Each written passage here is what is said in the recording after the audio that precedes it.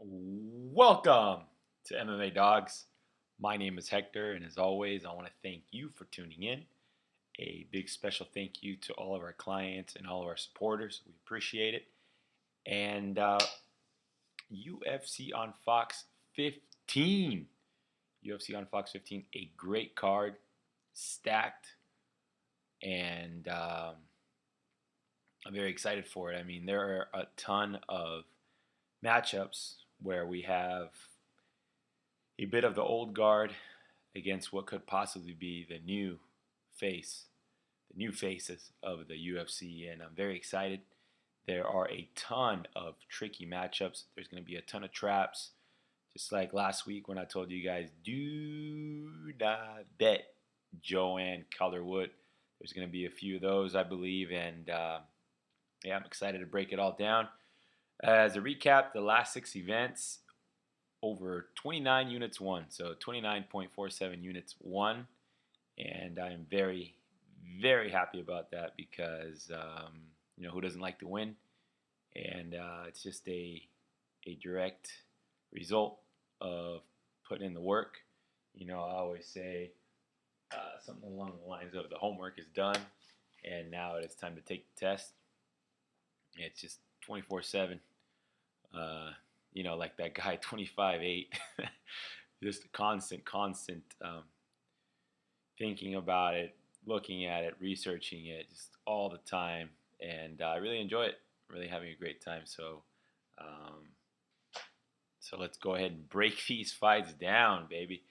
So at the very, very beginning, first fight of the night, we have Chris Dempsey versus Ed Gordon.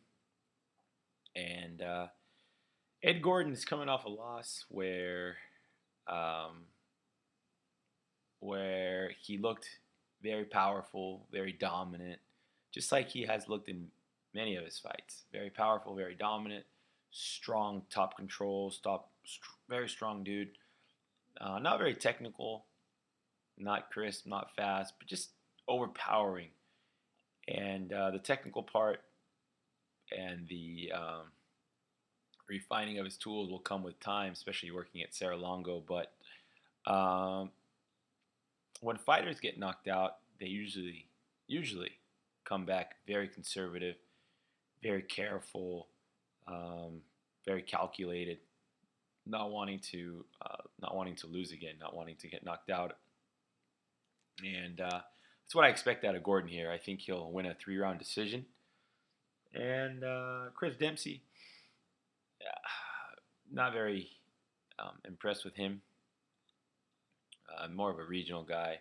And like I always say, much respect to all the fighters, but it's my job to break it down and give you the real truth behind these guys. And Dempsey, I'm just not impressed. Bless his heart, but it's not going to be his night. Now, as far as the bet goes, man, Ed Gordon by decision, or Ed Gordon just to win, sitting at minus 420, minus 550 at Sportsbook. So that price tag's a big price tag for a guy coming off a knockout loss. And I expect, like I said, Gordon to win a decision. So if I had to bet it, it would be a prop. It'd be Ed Gordon by decision. But those are just, for the most part, small bets. And what was I going to say? So yeah, so do not bet on the money line. No way. If it's a prop, it'd be tiny. So it'd be Ed Gordon by decision. Moving on to the next one. Let's see. We've got Jimy the Kid Hettes versus Diego Brandao. And this one's easy. If Brandao doesn't finish him in the first round, Jimy Hettes will probably win a decision. So I'm going to go with Jimy Hettes by decision. Do not bet. If I had to bet it, it would be... if I had to bet it outright, man, it would be Jimy Hettes. If I had to bet, I would say Jimy Hettes prop decision. But overall, do not bet, just like the previous card. I mean, Brandao, I've been a supporter of his, a bit of a fan of his. And, of course, I never make my decisions based off of who I like. as I'll talk about in the main event. But Brandao's got to get it to the ground. He's got to sink into submission, and Jimy Hettes is no fool on the ground. Diego Brandao has fallen in love with his striking, so he's going to try and take Jimy Hettes' head off. But Jimy Hettes is tough. He's resilient. He's got a good chin. Dennis Bermudez couldn't finish him until the third round with like a minute and a half left in the fight. So the kid is tough, and I think after that Bermudez fight, that will only have served him right. So I'm looking for the slight upset here. Jimy Hettes, win by decision. Do not bet. For the next one, we've got Tim, the Dirty Bird, Means against George Sullivan. This one is a very interesting matchup. Not too many people give Sullivan respect, but this guy deserves respect. He is a Jersey type of New York type of rough, aggressive, scrapper type of fighter. And there's nothing fancy about him. There's nothing flashy. He's just a workman type, going in there, grind it out, dirty. And it's going to be interesting because Tim Means is the same way. Tim Means is a bit more technical, a bit better with range. But George Sullivan's going to get right in his face, put him up against the fence. And Tim Means is going to fight back. But I think in the end, it's going to be George Sullivan pulling off the slight upset. Do not bet, though. Not interested in betting this one. If I had to bet it, it would be George Sullivan. But I'm not going to bet it. And it'd be Sullivan by decision prop. That's kind of interesting. A lot of these fights, you look at them and you think, I could see a finish for this or finish for that. But, man, these guys love going to decision and playing it safe. So these two, I don't believe are going to play it safe. But because they're both so tough, because they're both so durable and have that heart, I think it'll go to decision. So I've got George Sullivan winning the decision for a slight upset. So 2 little slight upsets there. Now for the next one, Aljamain Sterling and Takeya Mizugaki. I don't think it's going to be an upset. I think Sterling is going to win this fight. I think that Sterling is going to be faster on the feet than Mizugaki and can rock Mizugaki and take his back real fast. I think Sterling can grind him out in a decision using his wrestling. So I definitely like Aljamain Sterling. Now I'm looking at the price on it, and ultimately I laid off of it. Minus 360, minus 400 on Bovada. Big price tag on him, and I'm not ready to lay that price tag. I believe the line opened up at minus 180. Let me double check here. Minus 200, around minus 200, around that spot. Okay, I like it. That's minus 203. It's a fair line, but at minus 400, no way. That's playing with fire there, and I don't like it for a bet. I do think he will win. I think he'll get the submission in round 2. I think he'll get it to the ground by rocking Mizugaki on the feet. And Mizugaki, a lot of split decision wins. And there's not one particular area where I'm like, man, Mizugaki has a way to win this fight. He's tough. He's a gatekeeper of sorts. And but I think the wrestling will do him in here. And I think also the fear of the takedown will cause him to get rocked. And Sterling's hands are just too fast. So, yes, Sterling, submission round 2. And if I had to bet it, it would be Sterling. But do not bet. I'm not interested in betting this one. I feel like there's something else I was going to say about Sterling. A lot of people are saying John Jones. And I remember when John Jones made his debut, I want to say he was around minus 200. I think against Stephen Bonner, he was around the same, maybe a little more, minus 300 or so. But minus 400, my goodness, no way. Do not bet. Okay, here we go. First bet of the night. Gian Villante versus Corey Anderson. Corey Anderson, a fighter I'm very familiar with because I bet against him, and I lost with Justin Jones. Now, Justin Jones is a 185 fighter moving up to 205, and not a very good UFC fighter. Justin Jones. I don't think he's even going to be in here anymore. Corey Anderson, he's reminds me a bit of Eddie Gordon, in the sense that he's going to have to get it to the ground. He's not the tools that he has and putting his whole overall game together is not quite there yet. It just isn't, and I really don't believe he should be a minus 425 favorite, minus 380 favorite. I really don't believe that for the slightest second that he should be that big of a favorite. Gian Villante, on the other hand, man, this guy, you don't know which Gian Villante is going to show up. And if he fought smarter, I mean, he trains with Chris Weidman, for crying out loud. He trains at the Belmore Kickboxing Academy with that big dude and that big coach. Can't remember his name right now. So he's got two of the best guys in his ear there, and he just doesn't. He does not fight to his capabilities, and I don't know if he ever will. But in this case, it's pretty much a 50-50 fight. It really is. And I wish I could risk more. I'm going to risk a unit and a half on it because this fight card is very tricky, like I said. Very tricky. I wish we had Gian on a different card. But 1.5 units on Gian, I definitely can get behind that. I don't think it'll be an easy win for Gian. I think it'll be a decision, possibly a split decision. So Gian Villante for the win. I'll be jumping up and down, hooting and hollering. As far as how I see the fight going down, Corey will definitely be pushing for the takedowns. Gian will definitely be able to defend on the feet. It should be, at this point, it should be even. It should be even. I think Corey obviously could show improvements and in the long run be better.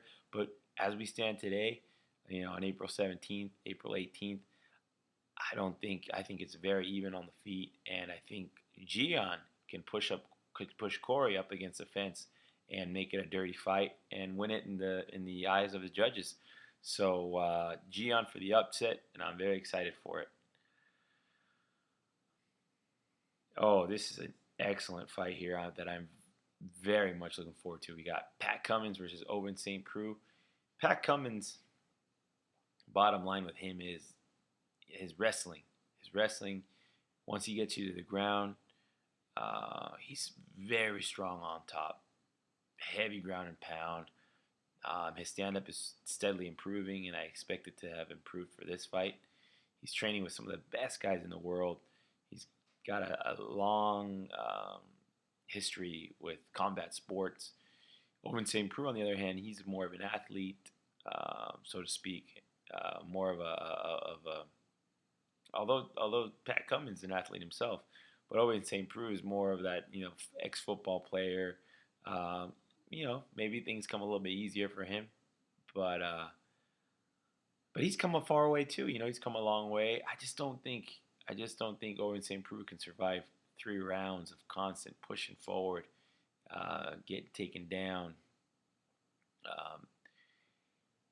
Ovince St. Preux's hands are better, I believe. His striking is better, but having to worry about that takedown takes a lot of that striking edge out the window, throws it out the window. So I like Pat Cummins here. I'll be putting a unit and a half on Pat Cummins, and minus 120. That's a fair price. So Pat Cummins by unanimous decision. That'll be the pick, and that'll be the bet. Another great fight here, man. Beneil Dariush versus Jim Miller. Let's talk about Jim Miller.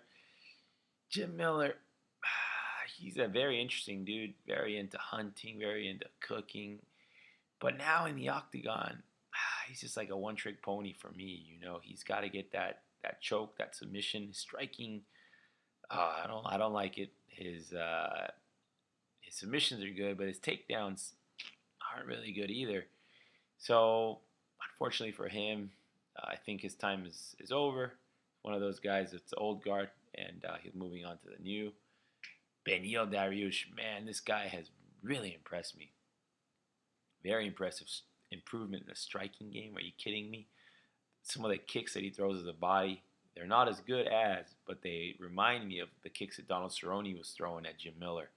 And I really like that for this fight. I think Beneil will finish Jim Miller in round 2, hurt him with those leg kicks, and I like him to win by TKO. So Beneil Dariush will be the bet. Beneil Dariush will be the pick. And looking forward to that fight. Paige VanZant versus Felice Herrig. Now, at first I'm thinking to myself, now, who is this Paige VanZant girl that Reebok wants to sign?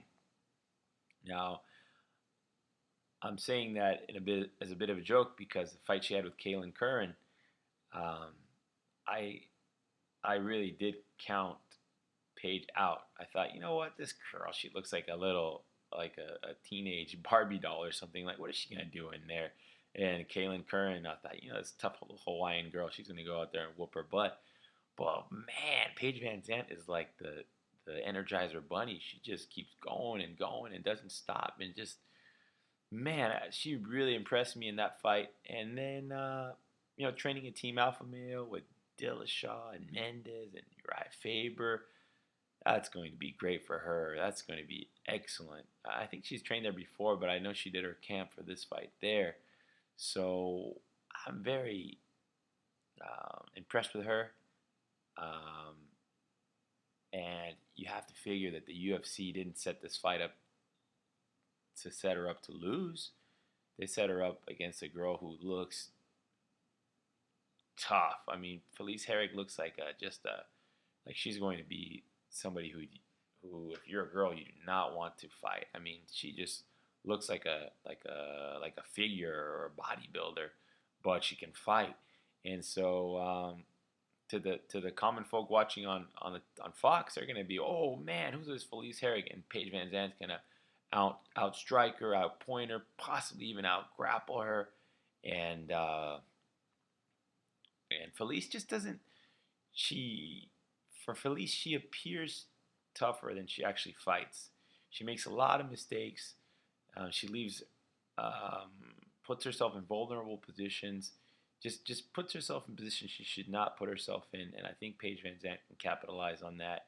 And at worst, win a decision, a 29-28 decision, a 30-27 decision. And so that's going to be my pick. Paige VanZant by unanimous decision.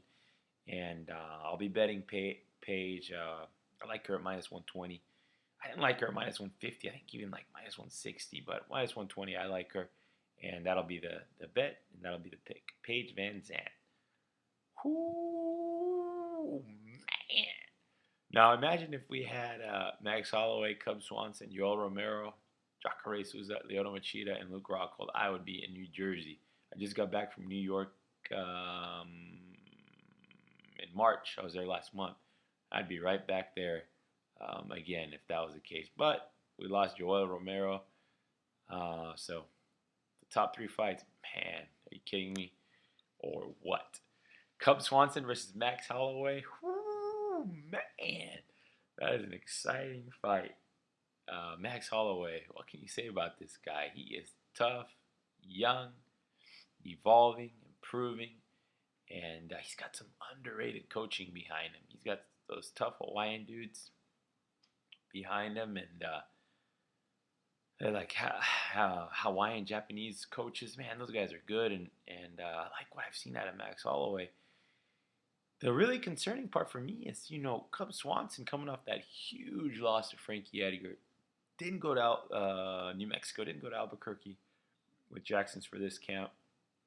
Usually that's a bad sign when people want to do it their way. He says it's nice to sleep in his own bed, but dude, you've got one of the best gyms, and you decide not to go to it.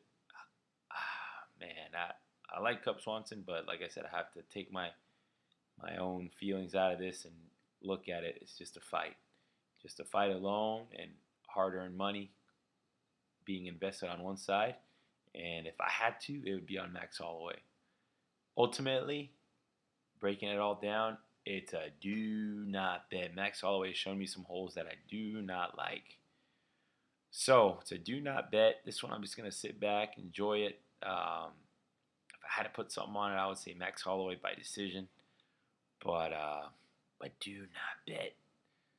Max Holloway, split decision, and that's my pick. Do not bet. Jacare Souza versus Chris Camozzi. Knockout round 1. I think Jacare will want to practice his striking here, and I think he'll knock him out. So Jacare Souza by knockout round 1. Do not bet. There's no need to bet this fight. I'm not interested in betting this fight at all, and I will not be betting it. Yeah, well, we really missed out on having Yoel Romero against Jacare Souza. Are you freaking kidding me? This would have been top from, man, let's see, starting at, wow, yeah, just overall, I mean, you get rid of the first fight maybe, and get rid of maybe one more fight, but man, exciting, very exciting fights, very exciting matchups.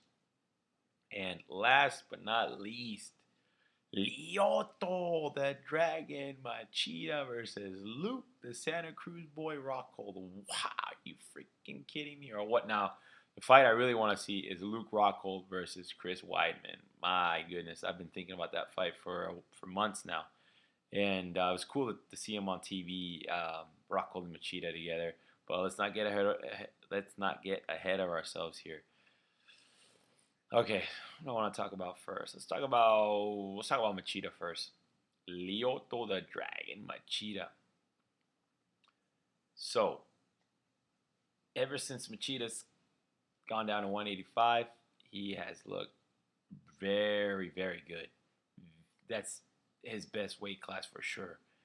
And but he's turning 37 next month, and that war he had with Chris Weidman and the knockout he took against Shogun and the submission he took against John Jones. To me, Luke Rockhold is one of those fighters, you know, with a type of finishing ability to put Machida out before the 25 minutes is up. And Luke has displayed nothing but power and nothing but finishing ability against not so good guys, but he has shown it. But Bisping, you know, say what you say about him, he's a good fighter. And Costa and Tim Boach, whatever, but Costa's tough as far as like his striking goes. His striking is good, and Luke hurt him, and he hurt Boach, and then he hurt Bisping, finished Bisping. So he's just on a real tear after getting knocked out by Vitor Belfort. I think he just took it one step further, you know, training with Daniel Cormier, Cain Velasquez, and Habib. So Machida's going to have his hands full, you know, and all it takes is one kick, one scramble. Luke Rockhold is strong, and I think when they lock up, Machida's going to feel that strength, and Luke Rockhold will submit Lyoto Machida. That's what I believe. I think they're going to they're going to clinch up. He's going to close the distance, and he's going to tap Machida. And what else are they going to say? As far as the price goes, man, I've been watching this one. I've been watching it. I was hoping we could get it closer to minus 145, minus 150. Ultimately, I pulled the trigger at minus 155. But I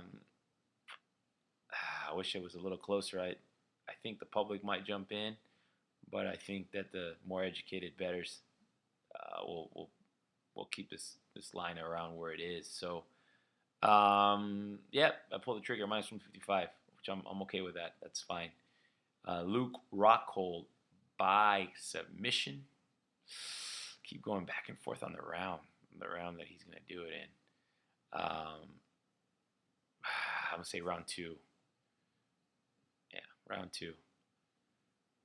I think what will happen is they'll be very careful, hesitant in the first round, and round 2 they'll get after it, and Luke will put him to sleep there. Now, this is what fight I really had to check myself on because I am a huge Lyoto Machida fan.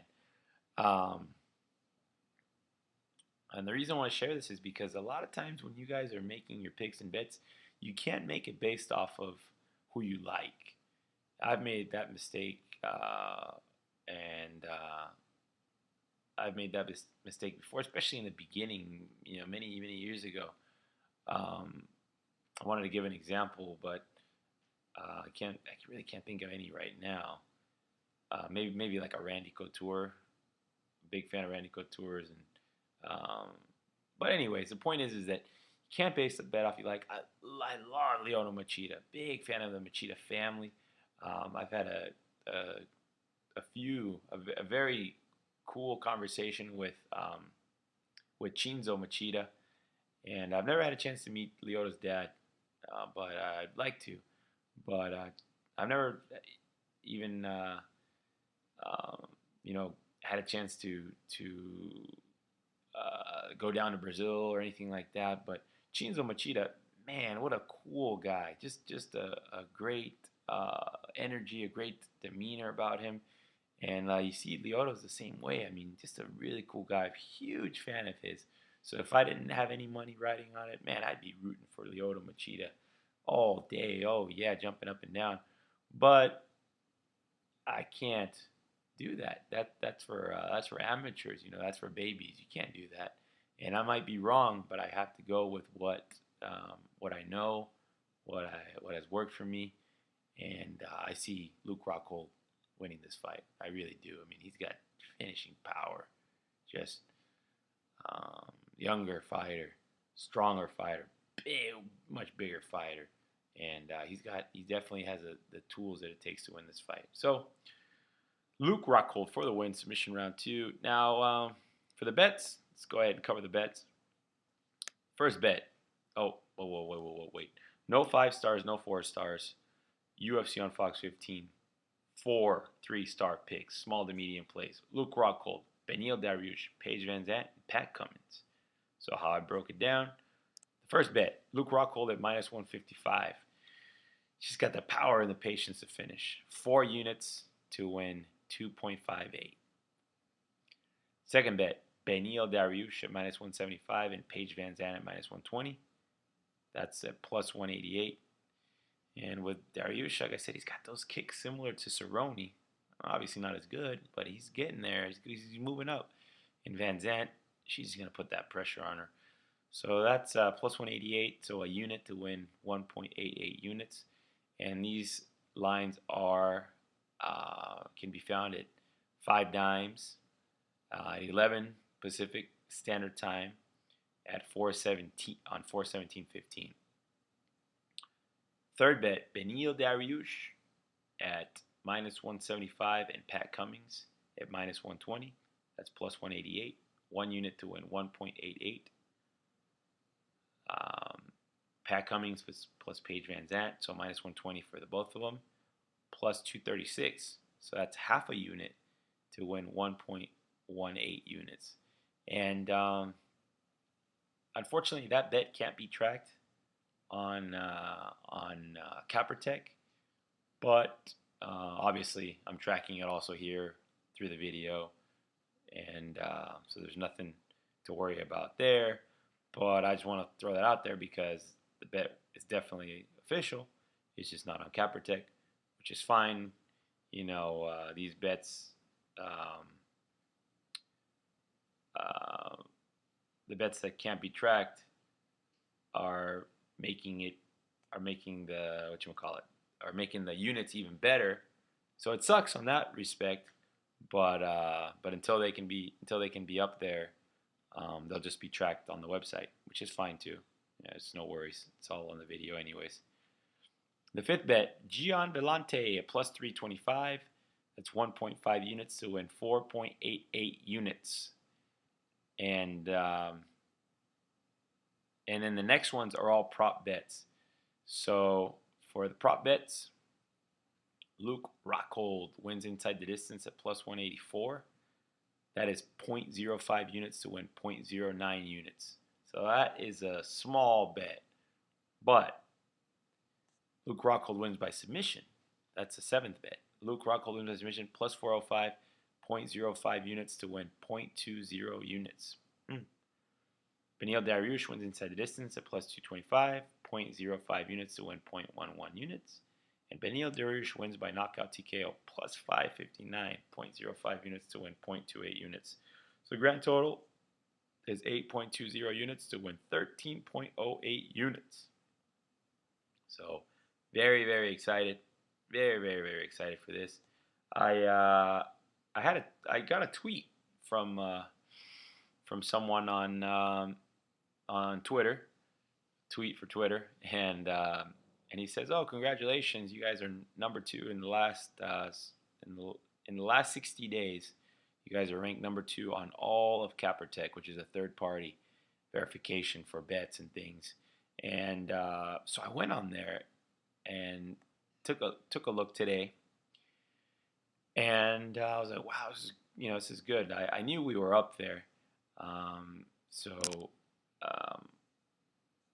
I knew we were up there. So I wanted to take a closer look, and I did 60 days, and it's all on the front page of the website. And I'm like, "Well, who's number 1?" Thinking like, who's number 1? And I took a look at the guy's bets, and he's doing 11 units on some prop bets, and he's doing another 11 units on another prop bet, 22 units in a night, all on prop bets. Come on, man! Like, obviously it's some kid or some bless his little heart. He's trying, but who's gonna risk 22 units on prop bets? That's not gonna happen. So really, number 1 in the last 60 days. So that's very motivating. That's exciting. And I wish I could track these small prop bets. I'm looking forward to that because those only help. They don't take away. At least for me, they've always helped. And so yeah. So that wraps it all up. Thank you guys for all your support, especially our clients, and to my family and friends who put up with me. I wouldn't say obsessing, but definitely meditating on MMA and betting and breaking it down and investments and just everything that has to do with winning. So yeah, that wraps it all up. I hope you guys have a great weekend. I'm looking forward to many more successful fight cards, fight weeks, fight months, fight years. So if you're giving it a thought, should I try these bets and should I try these guys? I highly encourage it. If we don't win, we'll give you the next card for free, and chances are we'll win in that card. But yeah, intent is always to win. So what else is there? It's time for bed. So hope you guys have a great night, have a good sleep, and let's go ahead and party and hoot and holler tomorrow. And you guys take care.